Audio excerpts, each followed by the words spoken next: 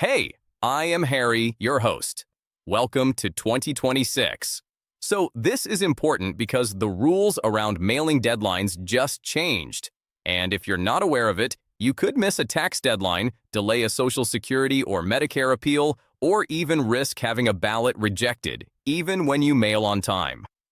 A quiet update from the Postal Service has changed how postmark dates work, and that one detail now affects multiple parts of your financial life at the same time, including Social Security paperwork that many people still send by mail. One small rule change can overlap with tax rules, benefit deadlines, and voting requirements, creating real problems if you're not prepared. Quick question before we get into it. Have you ever mailed something right at the deadline and just assumed it was fine because you sent it on time?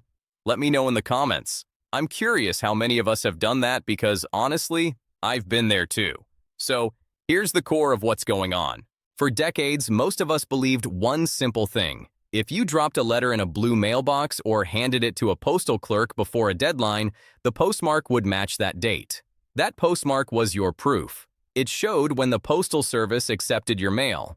And legally, that date carried a lot of weight. Courts, government agencies, the IRS, election offices, they all relied on it. Starting at the end of December, the Postal Service clarified something that had technically been true for a while but not very visible to the public. The postmark date is now officially tied to when your mail is first processed by a postal facility, not when you drop it off. And that difference, even if it's just one day, can change outcomes. Now, I want to slow this down because this part trips people up. You might drop a letter in a mailbox on Monday afternoon. You did your part, right?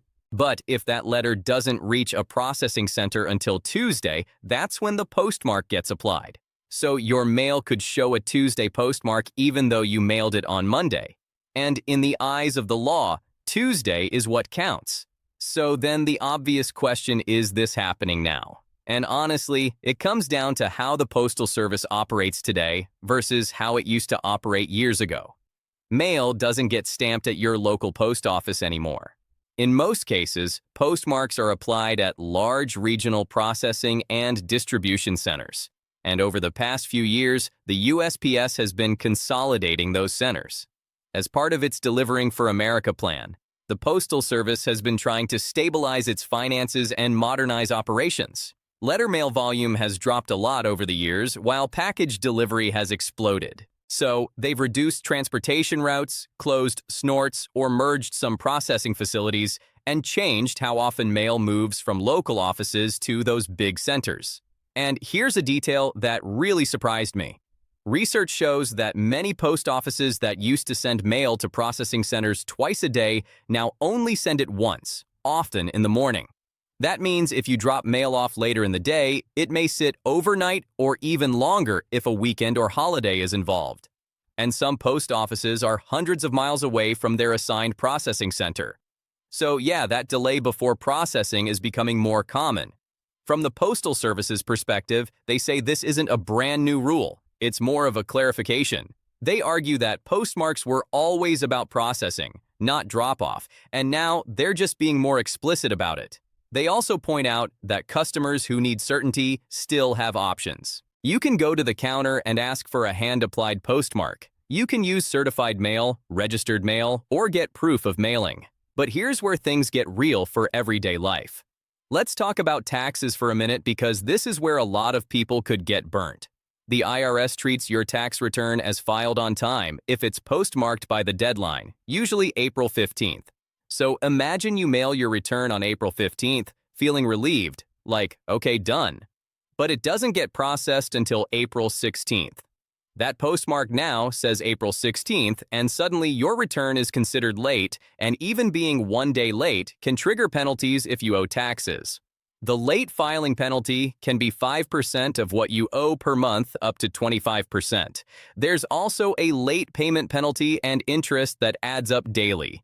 Even charitable donations can be affected. If you mail a donation on December 31st, but it's postmarked January 2nd, that donation might count for the next tax year, not the one you expected. Now, some people might say, well, who still mails tax returns anyway? But here's the thing, millions of people do. Around 10 million tax returns are still filed on paper each year, and about 13% of households still pay bills by mail. For a lot of seniors, this isn't about preference. It's about comfort and access. Speaking of seniors, this change really matters for Social Security and Medicare too. A lot of forms, appeals, and deadlines in those systems are strict. Miss a deadline and your appeal could be denied automatically. That could delay benefits, coverage, or even access to care. And if you're relying on the mail and trusting the old assumption about postmarks, you could be caught off guard. Organizations like AARP have already warned that this difference between drop-off date and postmark date is likely to become more common, not less.